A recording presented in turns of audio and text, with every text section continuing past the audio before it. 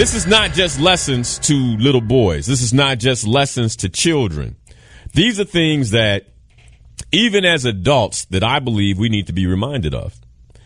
And part of the reason why I wanted to do this is because when my wife was pregnant with my son, I began looking up text and asking myself, all right, what are some things that I can teach my son? What are some deliverables or just constant messages or norms that fathers teach their sons? And what I found is there aren't a lot of books, text about this type of thing. Now, you have blogs, but nothing that was comprehensive in terms of what I like to see around lessons to teach my son. And so what I decided is that I would go out into social media and begin to ask, what are lessons that you've taught your son? What's the number one lesson that you've taught your son? And what I found, or what I received, was magnificent. And a lot of what you all have heard are lessons that I received from you, the listeners, lessons I've received from people on social media, from fathers who said, hey, in terms of raising a son, in terms of raising a child, here are the most important lessons that I believe that a boy should hear.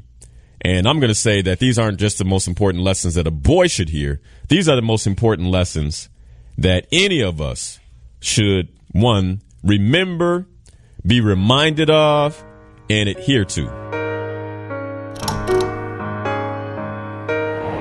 The importance of communication. Now, this one came from a listener.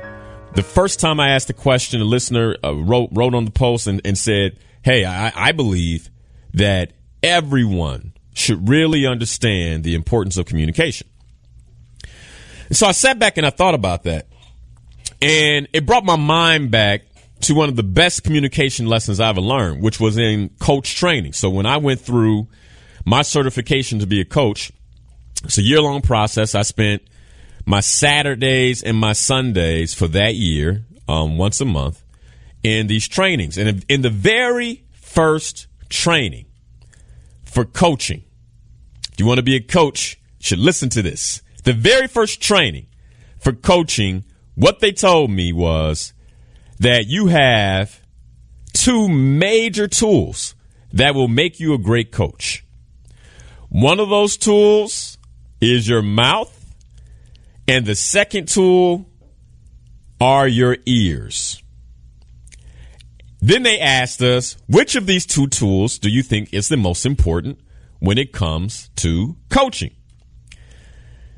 And so we all sat there and thought about it, and right away, we all said the ears. The ears are the most important tool when it comes to coaching. And the master coach who's training the course says you're exactly right. And as a coach, one of the most important jobs that you have is to listen to the client. Now, I want to bring this around to the importance of communication. Because I think often when we talk about communication, the first thing is, am I being clear? Like we think about communication as the vehicle of being understood versus understanding. And one of the first lessons, and I think my wife and I are teaching him right now, that I will teach my son in the context of the importance of communication, is to be a great listener. Not just a good listener, but a great listener. Now, what are the competencies of a great listener? The competencies of a great listener is someone who first is not always trying to tell their side of the story, or not always trying to, hey, I have this to say, I have that to say, I have this to say. A great listener is someone who is listening, but listening deep enough that they're fully processing what's being said. They're not listening to respond. They're not listening so they can find the cut in or the opening in the conversation. Often we know how that goes, right? I'm listening, but I really have something I want to say. And as soon as you make that pause, boom, I pop in. And many of us, we've been communicating with someone, or we thought we were communicating with someone. We thought we were having a conversation with someone, but it really wasn't a conversation because they weren't hearing us. And as soon as we pause, they jump in and they're saying something that we were like, well, what is this about? This has nothing to do with what I was saying. But that's because as soon as they saw you, as soon as you began to talk, they already knew what they wanted to say. They were not listening. And let me tell you something. There are people walking around who are looking to be blessed. Like, oh, I'm just waiting on my blessing. And if they just closed their mouth and listened, they would hear the blessing. They would hear the opportunities. But all too often, we're so busy talking and not listening that we miss out on some amazing opportunities and also amazing learning. Because listening will help you learn a lot. It will help you learn a lot. So listening, let me tell you, if you're single and you're in the dating world, man, you should really be trying to take this competence to the next level, your ability to listen. Because if you listen to whoever it is you're dating, you'll learn a whole lot more than when you're talking. But anyway, becoming a great listener. So lesson 13, the importance of communication. The first part, be a great listener. Now, here's the other piece. All that we are and all that we will be is dependent upon our ability to learn, understand, and then communicate. All that you are and all that you will be is dependent upon your ability to listen, understand, and communicate. Now, just take a moment and think about that. From the moment you come into the world, parents are communicating, talking, and checking for understanding, right? The child's ability or the child's willingness to be on the same page with the parents has a lot to do with their success. Then they go to school, and there's 12 plus years of school, and then there's college, and then maybe there's grad. But all of that has to do with the ability to listen, understand, communicate. Listen, understand, communicate, okay? Then you get into life and it becomes even more crucial. In the workplace, etc. Listen, understand, communicate. In relationships, listen, understand, communicate. All that who we will be is dependent upon this ability. Now, when you think about communicating, the talking and the listening are one aspect of that. But the other thing that I'll teach my son is how to develop the ability to make a powerful ask. Now, here's what I mean by a powerful ask. Many of us don't have what it is that we want because we refuse to ask. I believe there's a scripture verse that says you have not because you ask not. And so if I have the ability to ask, to actually be clear about what my needs are, and then the courage and the ability to make a powerful ask. Now, you might say, well, Linal, what's a powerful ask? In coaching, there's another concept called enrollment. And enrollment is no more than asking a person to do something. But there's a science to asking someone to do something and actually getting it done.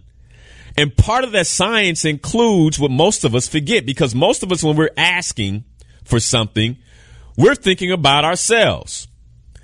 And we're not thinking about the person we're asking. And we should consider that when we're making an ask, that if we include the person that we're asking, more often than not, the ask will receive a yes. Let me give you an example of this, what we call enrollment. So enrollment, what I teach my clients about enrollment or asking is that you should always start with what's in it for that person.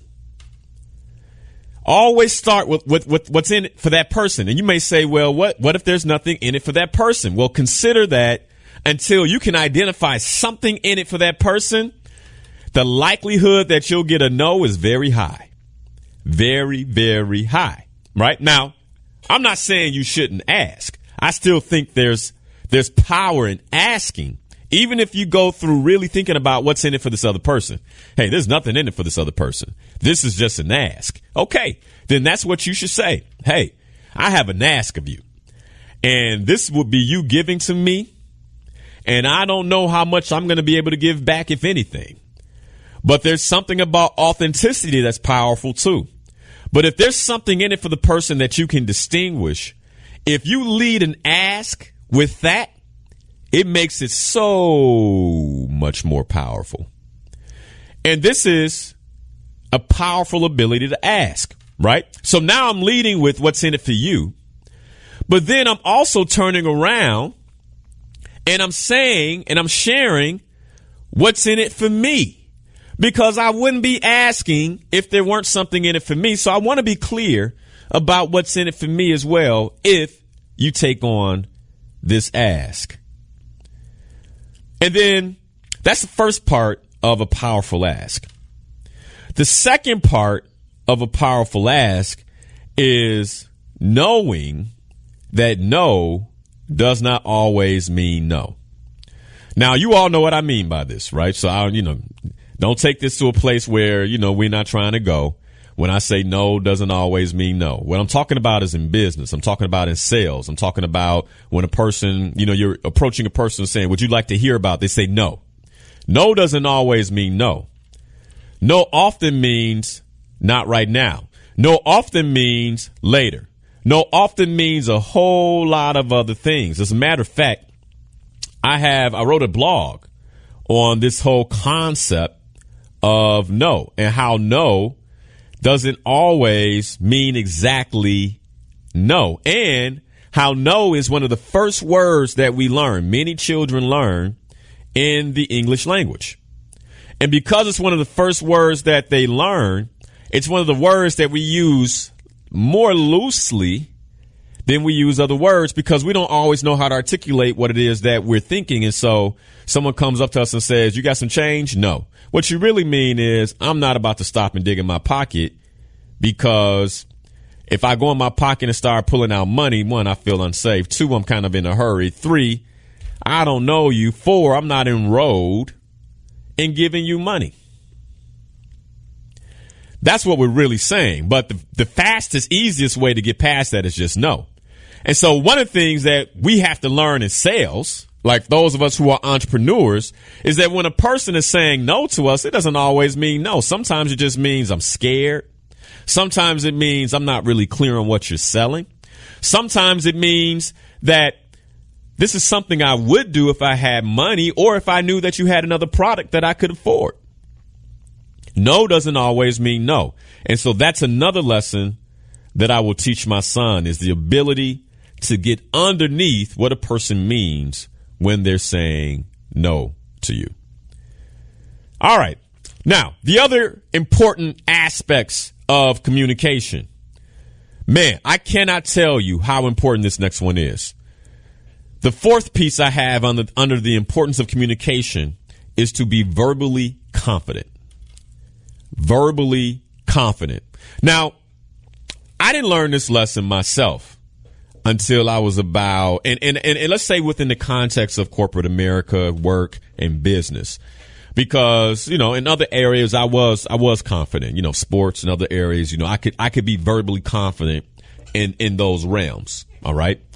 But in terms of being verbally confident in the workplace, verbally confident in business, I didn't have it. And what's interesting is what I did have was the competence, right? So I knew my craft. I knew what it was that I did for a living, and I was very good at it. I was one of the best. But what I didn't have was the ability to confidently articulate and communicate what I needed to say in that arena. And so the consequence was I was stuck.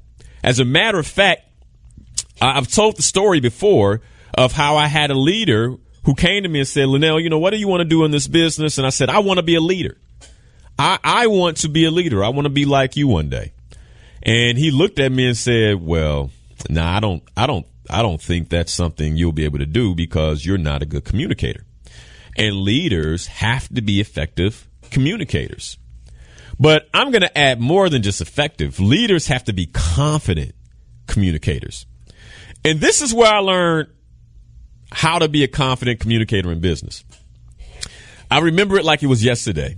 I was sitting in my boss's office. At the time, I was senior manager, and my boss was the director, and my boss had come over from a completely different organization. So I was in global operations, and I understood how to run complex call center operations. I was very good at it, very good at forecasting and scheduling and all the moving mechanisms of that business.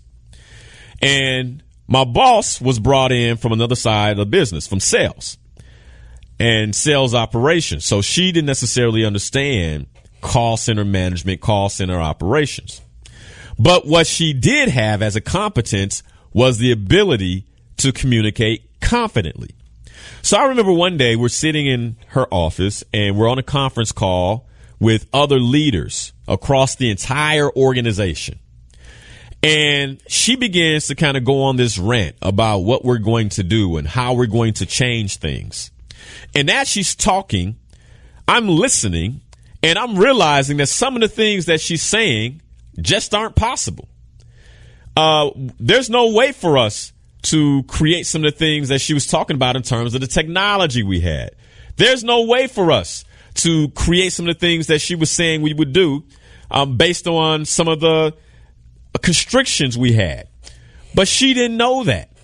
Neither did the people or the leaders, the senior leaders that she was talking to. And they began to get enrolled in what she was saying, not because she was knowledgeable, not because she was competent, but because she was confident. Because she was so confident in what she was saying, they began to agree. They began to say, okay, we're on board. And I remember sitting there saying, this woman has no idea what she's talking about. In a matter of months, all the things that she's saying, she's going to have to come back and tell them she can't do. And I'm sitting there knowing that as soon as she hangs up the phone, I'm going to have to explain to her why this is not possible. But the reason why, if I were to jump in right now, or the reason why when I'm communicating in large settings like this, people don't believe me, is because I don't communicate with the same level of confidence. And that day, I learned a valuable lesson. That if I know what I know, that I owe it to myself to communicate it with a high level of confidence. Right now, I know there are entrepreneurs, there are business people who know what they know. They're good at what they do, but they're being passed over. They're being exceeded in sales by other people because they're not communicating confidently. And if they would just trust themselves and begin to step forward in confidence, stand their ground, and communicate, everything in their lives would change because they have the knowledge, they have the competence to back it up. But for some reason, a lack of confidence, fear is getting in the way and messing with their ability to confidently communicate what it is they need to say. Definitely a lesson I'm going to teach myself. I can't wait to put them in front of people as a child and say, communicate this. I can't wait because it's a necessary component of being successful, period. Necessary. You can have all the smarts in the world, but if you can't communicate those smarts, nobody's going to listen. So that's number 4. Number 5, and under the realm of the importance of communication, is evil communications corrupt good manners. Now, man, let me tell you, as a father, and this was said last week with the fathers in the studio. I believe it was Joshua Morris. He said, one of the things he teaches his children is the people you're around have a lot to do with, your network has a lot to do with what happens to you, what you achieve, etc. And I can't second that the most. I can't even. And when I think about college, I remember I was talking to somebody. They said, man, everybody smoked weed in college. And I was like, I didn't. And they were like, what? How did you not smoke weed in college? And at first I was like, well, I was an athlete. I kind of put it on all these. I was an athlete. I was concerned with my performance, blah, blah, blah, blah, blah. And I kind of put it on that. And yeah, my parents taught me. But, when you're in college, you're surrounded by a whole nother level of influence. But then I thought about it later and I said, well, none of my friends smoke weed. None of the people I hung out with. As a matter of fact, only one person in a crew of like 5 or 6 guys smoke weed. So whenever he would smoke, he would have to go off somewhere else with somebody else and smoke because we were all kind of doing our own thing. And I thought about like, wow, if the majority of my group, my core group of friends were smoking, the likelihood that I would have smoked would skyrocket. And I remember I'm putting all this on, yeah, I'm an athlete or this and that and the other and how I was raised. And I'm like, but it had a lot to do with the people I chose to hang out with. Joel just said on Facebook, your network equals your net worth. And that's so true. It's so true. And so one of the things I will teach him is not just be thoughtful about the core group of friends and the core group of people that you're around and whether they can advance you. I think we've all heard the cliche, I don't want to be the smartest person in the room. Because if I'm the smartest person in the room, that means everybody's pulling from me. What I believe is that not only do I want to be thoughtful about my network, I also want to be thoughtful about how my network communicates and what they're saying and what they believe in. And whether or not they'll respect my beliefs. Because I'll tell you, to this day, I have friends and, I have a great network and they do all types of things that I don't do. But what I'll tell you is now as a man, even though they're a part of my network, they respect who I am and what I believe. I don't have friends that when I say, hey, man, I don't eat meat, that say, oh, but you really got to try this burger, Linal. They just go, okay, I respect that. I don't have friends that say, hey, man, we're having another drink. And I say, I'm done. That say, oh, bro, you got it. And by the way, typically with one, I'm done. One and done. If one, barely one most of the time.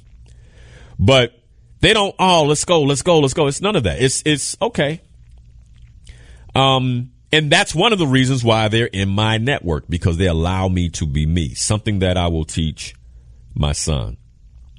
All right, here's the last piece. And this one I got to actually contribute credit to my brother because he called into the very first show on Lessons to Teach My Son, and he shared this, and I thought about it a lot since then, and it's even changed how I think about working with my son at the age of 2. What he said is that young men in particular have to learn to express their emotions verbally.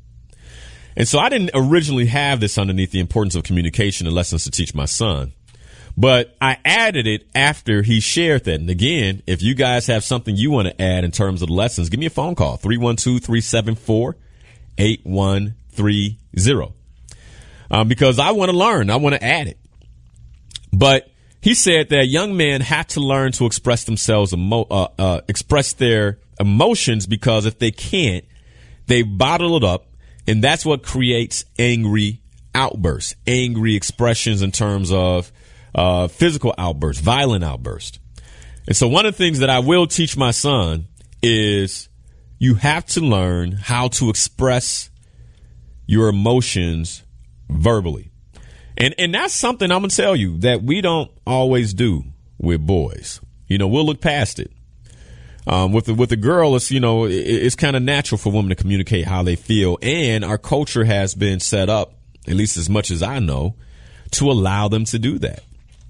I do know that our sisters struggle with certain labels that they express their emotions. That's just part of the American doctrine of black inferiority. But as men, many of us don't. And if you do, it's considered soft. And one of the things that we have to do moving forward is teach young men, young boys, that it's okay to express your emotions verbally. As a matter of fact, it's a mark of strength that you can identify what's going on for you emotionally and then process it mentally and express it verbally. No, that's evidence of intelligence, if you ask me.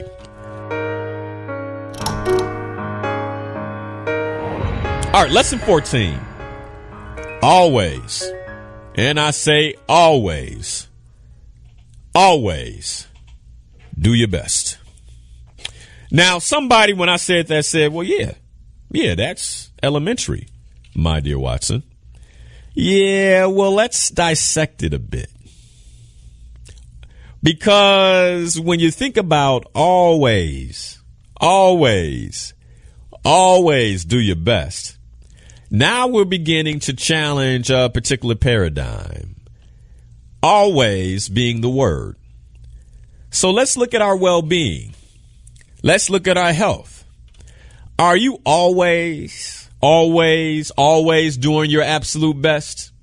Or are there areas in your health where you capitulate? Well, you can't turn down. Yesterday, my son had a birthday party and his great grandmother made a peach cobbler.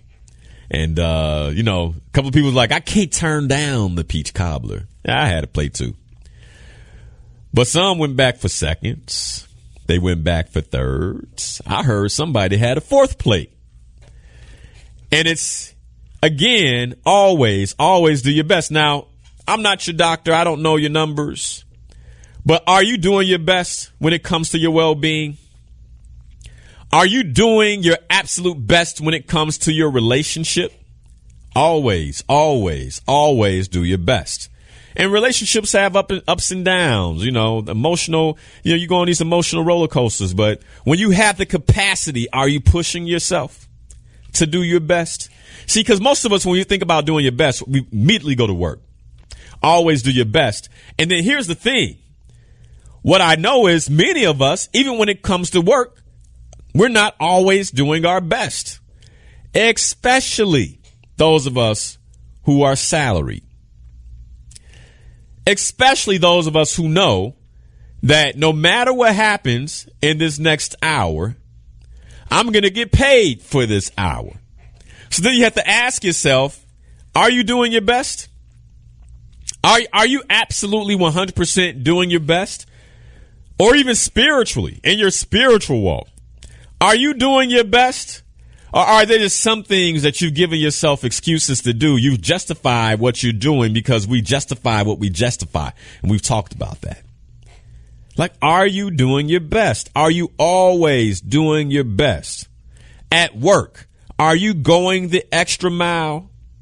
At work, are you willing to do what no one else is willing to do?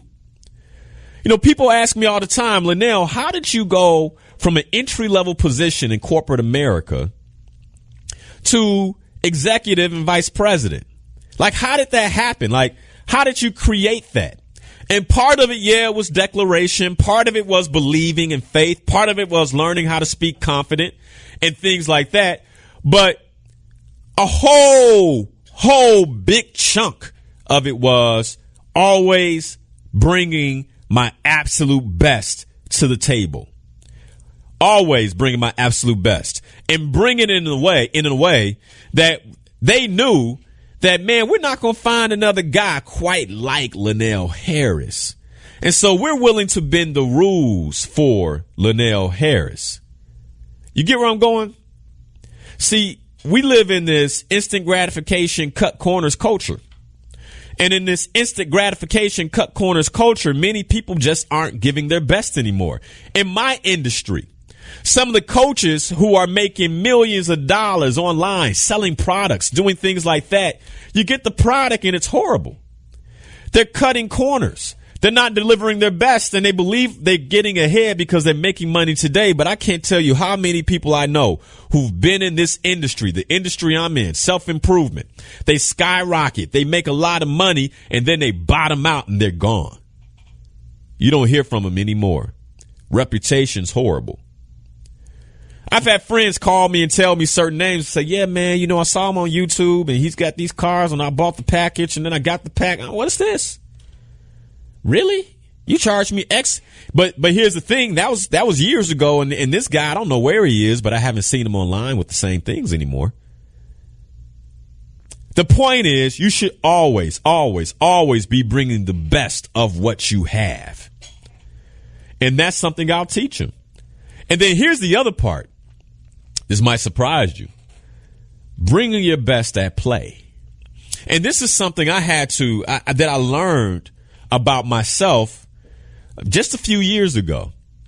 So I got back into the gym and I said, I had taken a hiatus from playing basketball. I hadn't played basketball in quite some time and I was getting back into shape. And I realized that as I was going through the process, I wasn't pushing myself. There were times where I would rest on the story or rest on the laurel of, well, this is not what I really do anymore. I'm out here for exercise. I'm not going to really push myself. I don't have to, I have a profession. I have these other, some of these guys, this is what they do. I don't want to, want to take that from them. And so I realized I was playing half speed, going halfway, and I had to ask myself, man, if you're willing to do that on the basketball court, what else is that showing up in your life? Because let me tell you something, newsflash, many of you think that you've isolated doing your best in certain areas, but who you are in one area of life is who you are in every area of life. The problem is if you can't see it, you just haven't identified it yet. And that's scary. So instead, what if you just tried to put your best foot forward everywhere versus having a blind spot that might surprise you one day? Because it's there. You just can't see it. That's why they call them blind spots. Blind spots are things you can't see. You didn't know it was there. Had no idea it was there, right? Until it slaps you in the face. Like, oh, what happened? And we've all been there. So I realized at play, I'm not doing my best. And so I had to start pushing myself, man. I'm like, even when I was tired, it's like, no, it's not okay to slack on defense. It's not okay to slack on offense. Then I'm like, you know what? If I'm going to play the game, I need to train a little more. I need to get out here and shoot baskets. There was a time where I could hit almost every basket I took. Wasn't like that anymore. And I kind of said, well, I'm in my 40s now. Then I thought, well, man, if I'm in my 40s, if I'm going to make an effort, I at least want the effort to pay off. So maybe I should train and literally shoot for excellence. Like, shoot for excellence. So the question is, are you shooting for excellence in everything that you put your hand to? And how you play is a reflection of how you work. I let that sink in. But how you play is a reflection of how you work. If you're at the gym working out, you're always trying to figure out how to get by. You're cheating on the numbers. Maybe the trainer's not watching.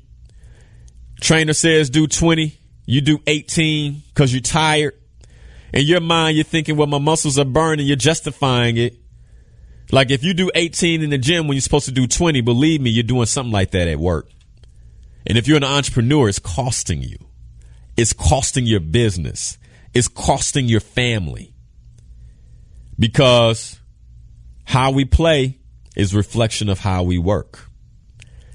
This is the way it is. Lesson 14. Always do your best. This is lesson 15. Never let anyone tell you what you cannot do. Never let anyone tell you what you cannot do. We've seen it in The Pursuit of Happiness, if you've seen the movie. Well, where Christopher Garland or Will Smith's character, apologizes to his son because he told his son what he couldn't do. Son was like, I'm going to be a basketball star. He was like, man, that's a waste of time. You can't do that. And then he was like, son, sorry. Never let anybody, including me, tell you what you cannot do. As a matter of fact, part of the reason I played college ball is because my high school principal told me I'd never play college ball. I was like, what? And I'm just kind of wired that way. Kanye West has a lyric that says, I use your hate esteem to power my dreams. Love that lyric because that's kind of that's one of the things that pushed me for so long. People would always tell me, oh, you can't do that. You can't, Linal, you can't be a leader. And I was like, what? Watch me. Here's the funny thing. The gentleman that told me, Linal, you can't be a leader, older gentleman, recently reached out to me for mentorship. The same person that told me you'll never be a leader by the way, he was a good leader. He was just saying what he believed at the time. And he poured a lot of development into me. I'm thankful for him. But at the same time, the same man that told me that I would never be a leader has turned around and asked for my leader mentorship for where he was at a certain point in his life around, hey, what's next? Hey, I'm telling you, do not let people tell you what you cannot do, because those same people will turn around and be a part of whatever it is you're doing. I got a call from a friend, and they were terribly upset about a conversation they had with a longtime mentor. And during the conversation, her mentor had, she revealed one of her deep aspirations or something she wanted to do. And her mentor said, oh, no, you can't do that. And after listening to my friend and her frustrations, I told her, same thing. Never let anyone tell you what you cannot do. Because in my experience, most people don't tell a client, don't tell a friend, don't tell a mentee or child they cannot do something to be malicious. Typically, it's because whatever's being discussed, the topic, the goal, is something that's outside of their comfort zone. It's something that they don't think they can do. It's outside of the realm of their desire. It's outside of the realm of their understanding, of their experience. And because it's outside of their realm, outside of their comfort zone, they will sit around and tell you, you can't do that, because deep inside, what they're really saying to themselves is, I don't believe I can do it. And so more than anything, what I'll be teaching my son is not to allow other people to place their limitations on you. That's their limitation. It's not yours. When somebody tells you can't do something, believe me, it's their limitation. Let me give you an example. As a coach, I've had many, many people call me and say, hey, I want to get your support. Here's what I want to create. And I've had a number of clients who say, I want to create X, Y, and Z. And I'm on the other side of the phone like, whoa, wow. Now, here's the reason why you want to work with a competent, certified, trained coach. Because part of the training actually has us as coaches say to ourselves, like they teach us, whenever that happens, you have to clear your space, get your stuff out the way. That's your stuff. That's your stuff. You're not this person. You don't live in their world. You don't have their resources. You don't have their skills. And so immediately what I have to do is I have to clear my stuff out the way, because part of the reason why I'm having that wow moment is because Linal doesn't believe that what they're saying is possible. I don't believe that's realistic. I don't think that that's something a human being could take on from where they are. And so then I have to clear that out myself, out my space. And I say, okay, what's the first action to take? And I can't tell you how many times my mind has been blown. My comfort zone has been expanded, and my world is being expanded by watching a client do something that I didn't really know was possible. But I take the same principles I teach every Sunday, every client all week long. I take those same principles.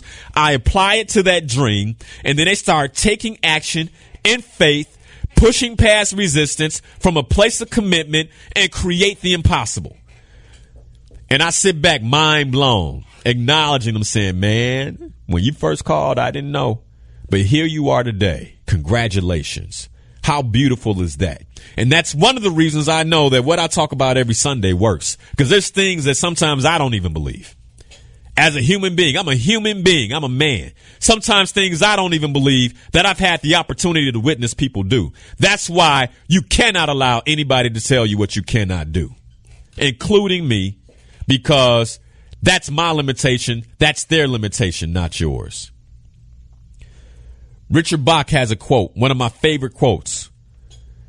If you have an idea is never given to you without you being given the power to make it a reality. Dr. Seuss, he says, you have brains in your head, you have feet in your shoes. You can steer yourself any direction you choose. You're on your own and you know what you know, and you are the guy or gal who will decide where to go. That's a Dr. Seuss rhyme for you this morning. Never let anybody tell you what you cannot do.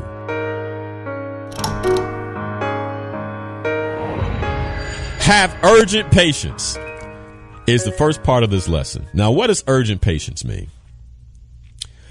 Urgent patience is a concept I've picked up. And urgent patience is when you see opportunity, you take advantage of the opportunity in the way that you know how to take advantage of the opportunity, right? But then you're willing to do what you know how to do, but wait for the rest of it to develop. Like, I'm doing what I know how to do, but I'm waiting for the rest of it to develop. This is important because since we do live in this instant gratification society that likes to cut corners, when it comes to patience, it's one of the things that we don't want to have when it comes to building a business. When it comes to, I was watching a video this morning from Gary Vee, and he was talking about how to sell without selling. And one of the things he said is, one of the ways to sell without selling is telling people how not to use your product. He said, but you have to have patience is the first thing he said, is because what you're doing is providing them a certain level of value. And then when they happen to need your product because they didn't listen to you, tell them why you didn't need it, what they should do to not use your product, they'll call. We said it requires patience. But patience and urgent patience is really the ability to set a goal and say, yeah, I'm not going to get there right now. There are certain sacrifices I'm going to have to make today. But I'm willing to make those sacrifices because I'm willing to wait for the game to develop, for the long play to develop in a way that allows me to stand on my feet. Let me give it to you another way. As a man who's taking care of his family, one of the things I ask myself all the time is, if we take another step, for instance, the home we live in. The home that we live in it's a nice home. I mean, we have access, we have space, we're developing it. We're getting the backyard redeveloped and concrete poured, all these different things, right? At the same time, I know my wife desires a bigger and better home, right?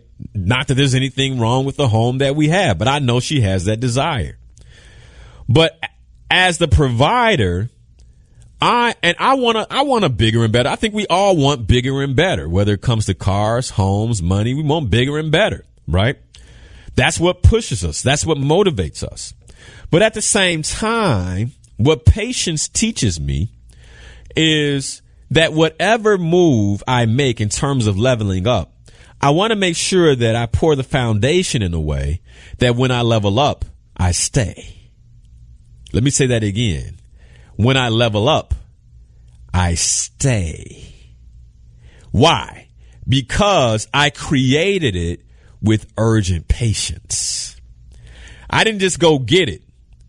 Man, I've seen, so I remember, years ago, I was at the car wash And I was driving a Chevy Lumina at the time. And one of the things I believe is what you do is you take care of what God has given you. So I've always tried to be a good steward of whatever God has given me. And so I'm washing my Chevy Lumina, and one of my buddies, he's the same age as me, he pulls up in this brand new white Cadillac Escalade. I'm like, man, that's nice. And he's like, yeah, bro, blah, blah, blah, blah, blah. And so I start asking some discovery questions. I'm like, so, where you live, man? You're not still at, the place? He's like, no, I'm still there, which, by the way, was a studio apartment. I said, oh, okay. I said, well, you rent a garage to put your truck in? And he was like, nah, man, I just park it in the back. And I was like, wow. And so for a moment, I had the same human reaction many of us have. Like, am I doing something wrong? How's my buddy driving this Escalade? Blah, blah, blah, blah, blah. And by the way, I'm letting you all in on a mental process that I know we all have, okay? Because some of y'all see somebody and they driving a certain way or living a certain way, and you're like, am I doing something wrong? But what may be happening is you're just executing a different level of patience. Because you have the capacity, you have the ability to go out and acquire what they have, but do you really want those kind of problems? Because sometimes they bring problems. Anyway, to round out the story, not too long ago, I saw the same friend. And he was driving a older vehicle, and it looked like it needed to be kept up. And, it just wasn't the same type of vehicle that I was used to him driving. And so we chopped it up for a little bit. Hey, what's going on? And he was still working at the same place. And I asked him where he was living, and he was still living in the same place. But he had to take a step down because he didn't have patience. He was trying to live at a level that he couldn't afford to live. And now he can't even live at that level because he didn't have patience. Patience is a virtue. And let me tell you something. Anything worth having typically takes time. And I know that, we live in this instant culture, and, even people who win the lottery can teach you this. There are statistics on people who win the lottery, hundreds of millions of dollars. But because they didn't develop the money mindset to achieve or to handle that kind of wealth, they're broke again. They're broke because they were trying to go for the quick play. I'm going to become a millionaire without developing themselves. And anything worth having takes time. Anything worth. I have a friend that leads a network marketing business, and they do a really, really good job. I mean, they're multimillionaires. And I asked him, I said, what's the average length of time that a person stays in your business? Because obviously you've created some success in this business, and you have other people underneath you who create some success. But on average, how long does it take the average person to quit when they don't, they see you all are successful and they jump into the business and they like, man, I'm waiting to get that first check. I want to get that first check. I want to get that first big check. And let's say they don't get it. And he was like, man, average 2 to 3 months, they're gone. Now let that sink in. Most people aren't even willing to play a new game 90 days to see if it works. How will you ever be successful? How will you ever be successful? There are people who I train. When I was doing coach training, I trained them to become coaches, and then I gave them the best training I know how to give them. And they went out into the world to be coaches. And after a year of going through certification, you give up in months? Doesn't make sense. Some of you all have gone to college for 6 to 8 years, and maybe things aren't going the way you want them to go. But are you going to give up on it? Anything worth having takes time. And one of the things I'll teach my son is beware of any quick get rich scheme. And the biggest reason I want you to beware of it is not because it might be bogus, but because you won't be ready to handle the money. If you don't have the right money mindset, there's something about building that provides the lessons that you need as you build, So when you do step into it, you know what to do with it. Daryl on Facebook said consistency over time. But just notice the norm of instant gratification. And and one of the things I'll teach him is, and consider that patience will make you extraordinary. Now, this is something I'm going to drive into my son. I just want you to notice. I'm going to point to him. I'm going to point out at things and say, notice the instant gratification around you. Everybody that is falling for instant gratification, consider that they're average. Yeah, I said it. If they're falling into the pit of instant gratification, consider that they're average. They're normal people. They don't have to be. We all have a seed of greatness, but some of us, we don't want to work the seed. Any gardener has to have patience. They got to find the right soil. Then they got to put the seed in. Then they got to come out every day. Water the seed. Before you even see the little sprout, you get weeds. So you got to go out there and you got to weed the garden.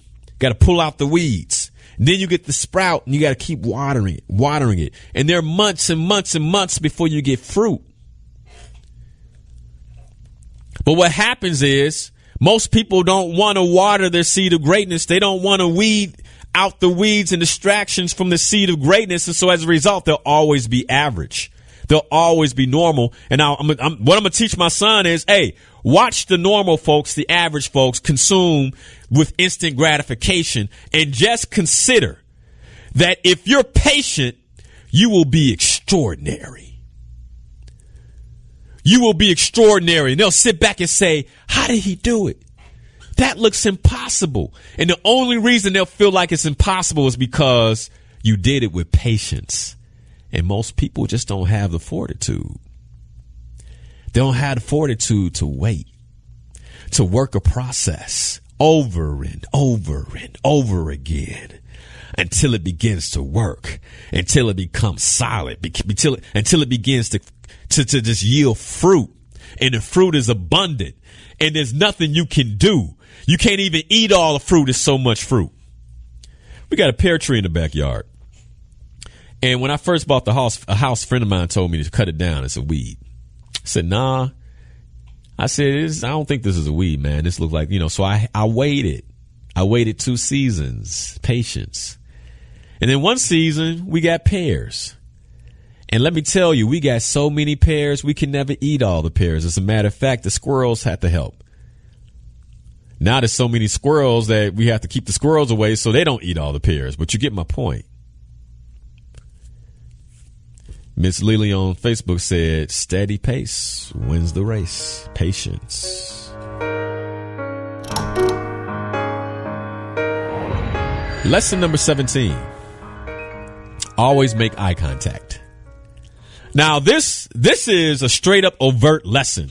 And why would I teach my son this lesson? And why would I even share this? Because there are grown folks that can learn from this lesson. As a matter of fact, a couple of group sessions ago, I had a young lady who our group coaching is video conferencing. Okay. So we could see each other. She wouldn't look at the camera. She would always look down. She wouldn't look at the camera. And one of the things that I worked with her on was looking at the camera, looking at us. Look at us when you speak. Look at us when you talk, because it's a sign of confidence. But that's not the only reason I'll teach my son to have eye contact. So you got to understand something. The eyes are the window to the soul. Y'all know this. Y'all know this. And to avoid looking at a man in the eye is to avoid getting to really know him. I'm going to say that one more time.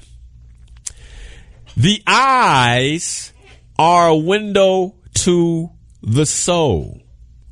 And to avoid looking at a man or a woman is to avoid really getting to know them, because the eyes will tell the tale. Let me tell you something. You're doing business with somebody, you need to be looking them in the eye. And if they can't look you in the eye, you need to be kind of like, I don't know if I want to do business with them. I don't know if I want to do business with this person. One of the first things I would teach them is you got to look them in the eye. Son, Look them in the eye, because the eyes will teach you everything you need to know about a person.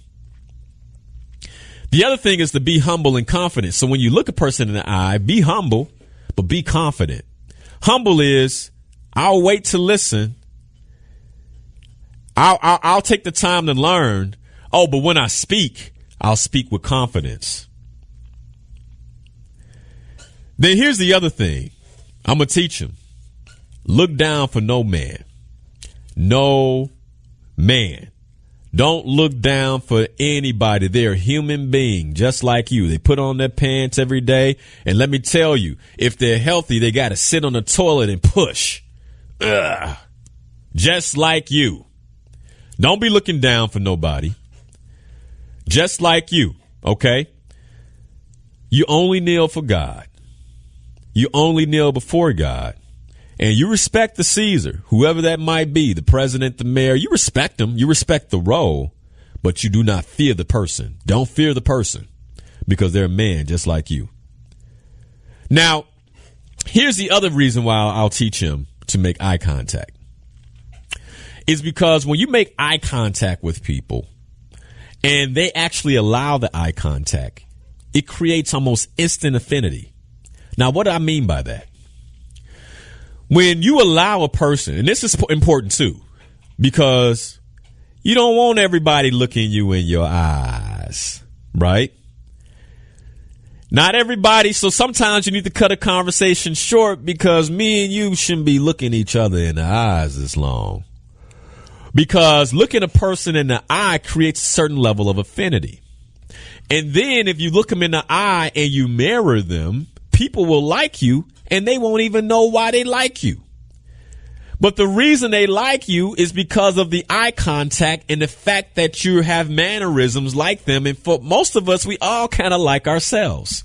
We all kind of like ourselves a little bit. So if somebody shows up just a little bit like me, then all of a sudden I'm like, oh, they ain't that bad. And so eye contact creates affinity. And so if you can spend time with a person and look them in the eye. Now, if it's sales, look him. I had a meeting Friday morning with an executive, and him and I was sitting there having coffee, and you best believe I was looking him in the eye. I was mirroring him. I'm using everything that I have in terms of what I know about psychology, what I know about human beings, what I know to land the deal. Look him in the eye. And the first one, look him in the eye. Make eye contact. That's lesson 17. Lesson 18. Respect is knowing what respect is to each and every individual you encounter. So here's the reason why I didn't put, for the lesson 18, respect people. I couldn't write that because some of us think we know what respect is. We think respect is the golden rule. Do unto others as you'll have them do unto you. But when you go out into the world, you begin to realize that there are certain things that because of who I am and what I've learned and how I work with people on a regular basis, that you could do to me, that if you turn around and try to do that to somebody else, they might punch you. Right? So when it comes to doing unto others as I would have them do unto me, well, that might not always work.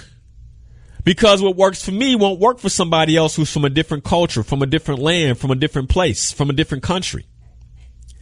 And so instead, what I'll teach my son is that respect is knowing what respect is to each and every person, each and every individual you encounter.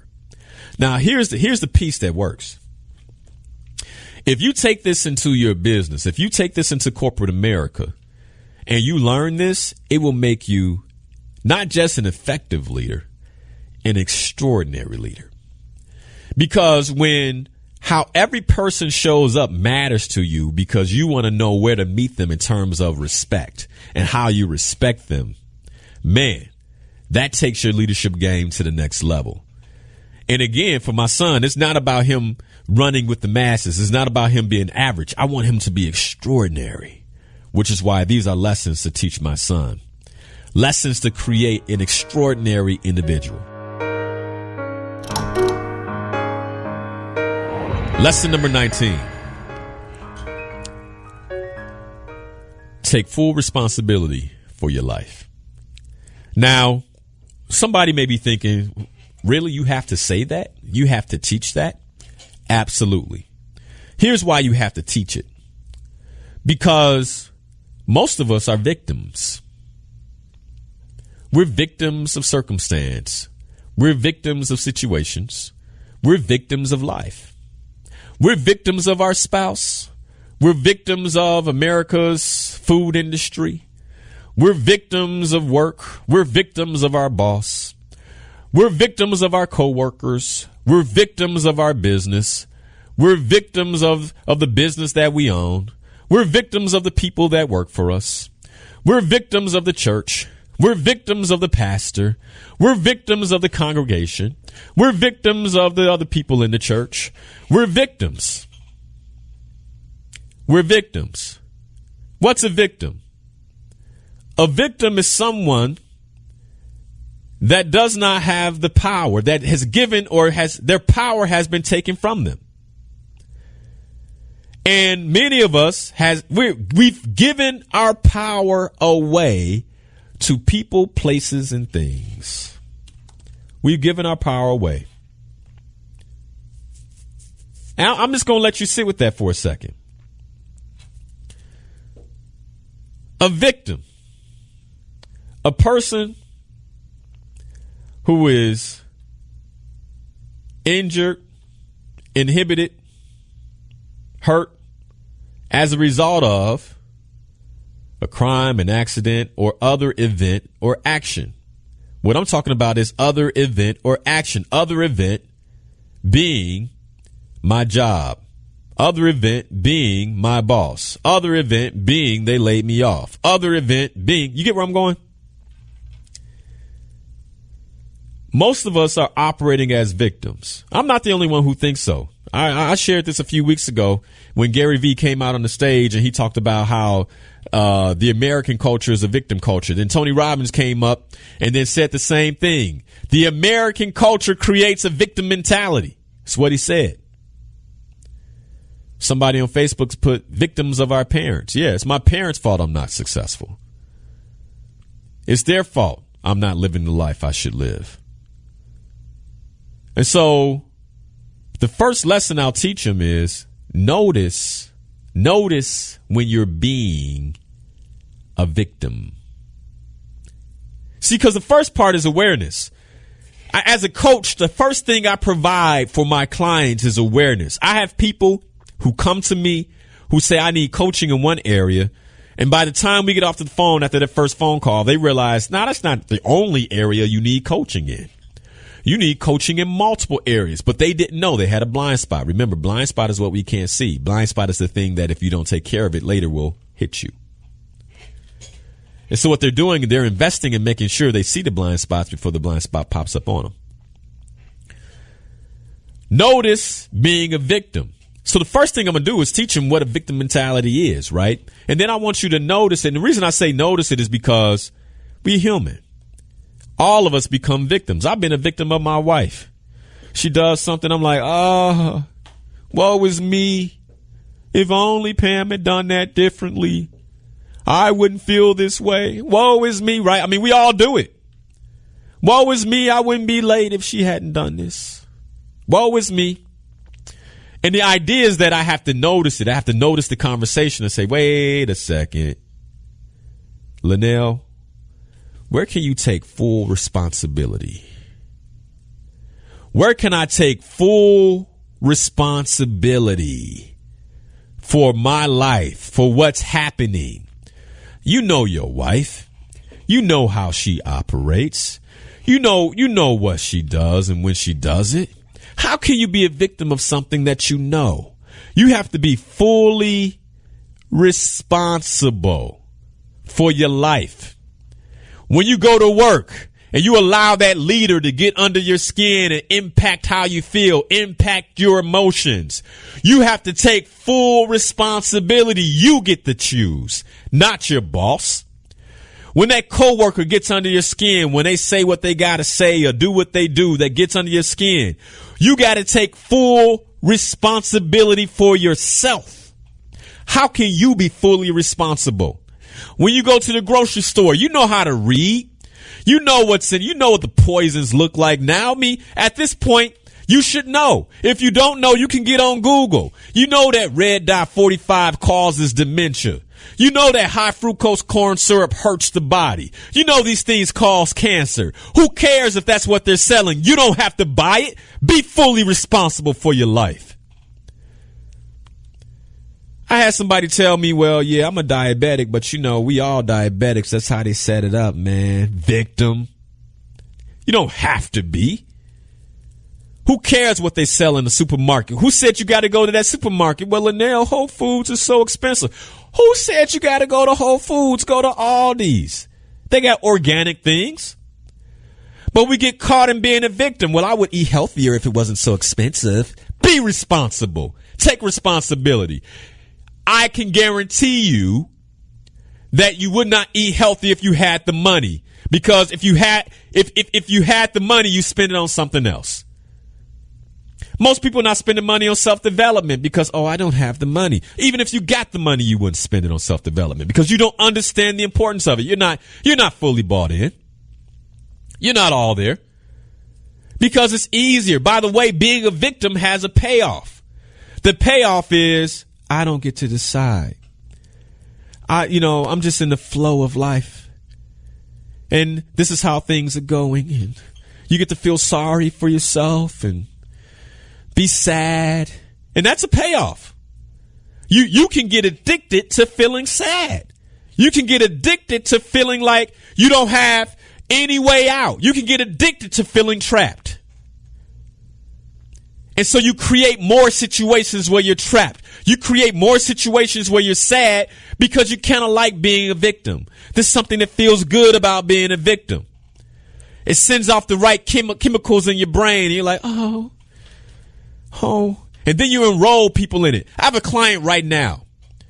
I'm her third coach because she was able to enroll all her other coaches in her horrible story of how she grew up and her current circumstances. And she starts telling me, this happened. That happened. You don't understand. My mom just did this to me. I let my mom use my car. She tore it up. Whose fault is that? Whose fault is it? Well, that's my mother. That's your fault. You're a grown person now. You don't have to. If your mother's irresponsible, you knew it when you gave her the car. You knew it. Stop it. I literally told the client, stop it. Stop being a victim. It's time for you to grow up. Be fully responsible for your life. You're not spending this kind of money to tell me a sob story. You're spending this kind of money so we can talk about your goals and your dreams. Let's have that conversation. I'm not interested in what your mother did to you. Why? Because she was being a victim. Let me tell you something. This right here is one of the biggest lessons that we can all learn. Where are you being a victim in your life? Where are you capitulating and just giving up?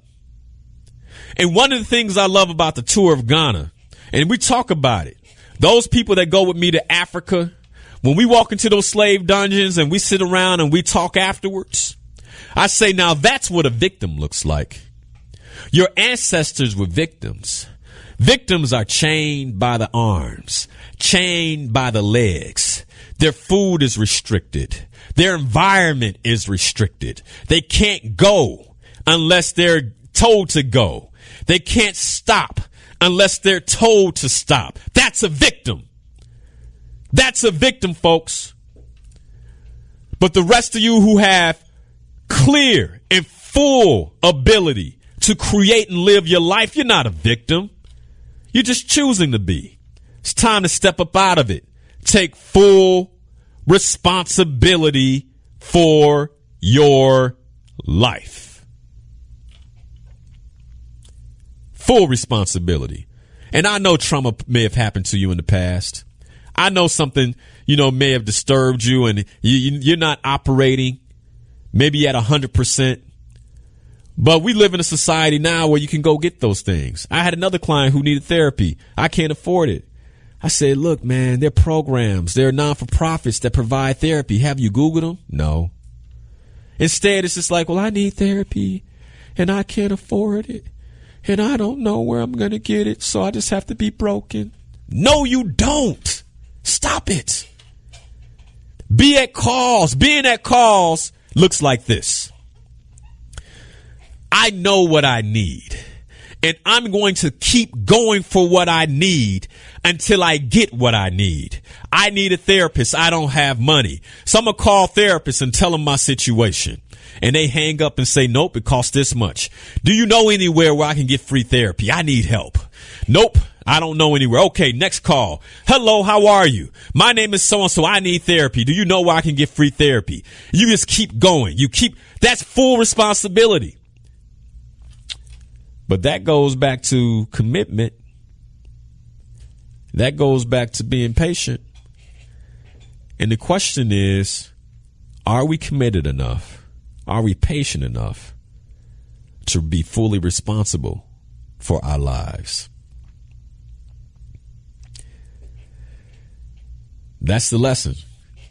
Lesson 19, be fully responsible. Notice when you're being a victim.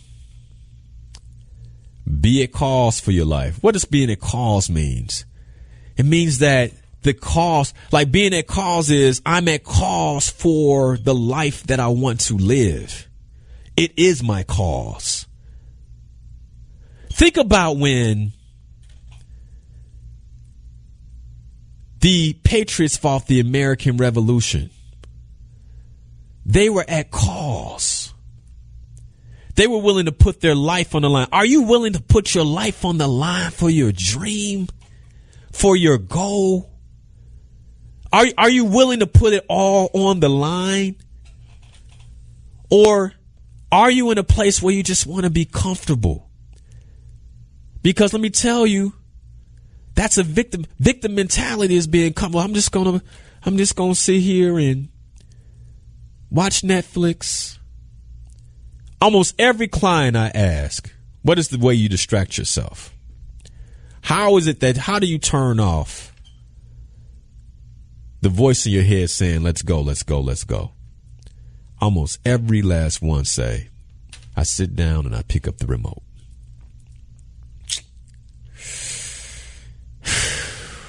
See, it's different. It's different when you're at the end of a long day accomplishing goals and you're rewarding yourself. You're refreshing yourself. But if you're checking out,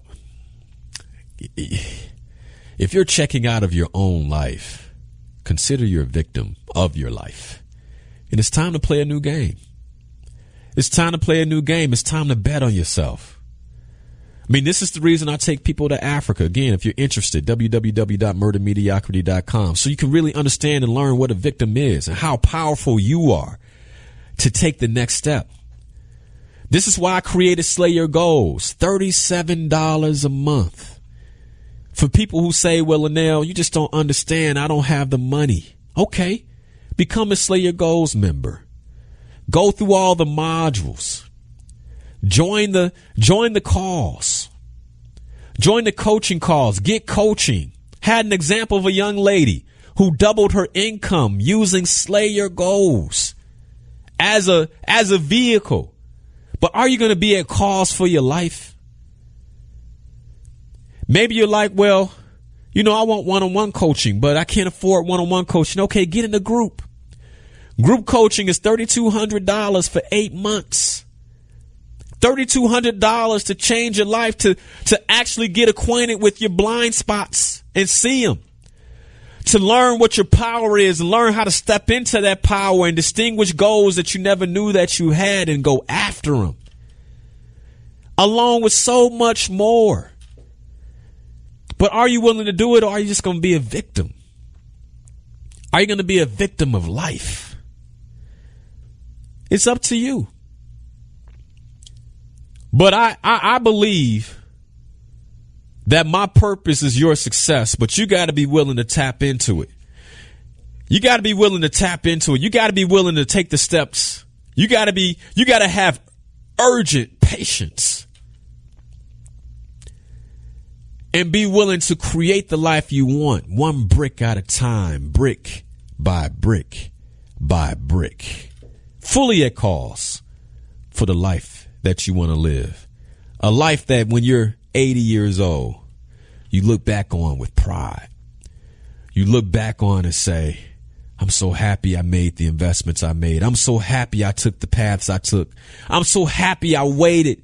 I'm so happy I operated with patience. I'm so happy I wasn't a victim. And I took full responsibility for the life that I wanted to live, the life I wanted to create. So I can get to where I want to be. So I can get to where I wanted to go. And here I am, 80 years old. I have my needs met. My family is around me. I'm happy. I don't have any regrets because I made choices aligned with my purpose, aligned with what it is that I know I should be living my life. Join Linal Harris every Sunday morning at 7 a.m. here on WVON 1690 AM.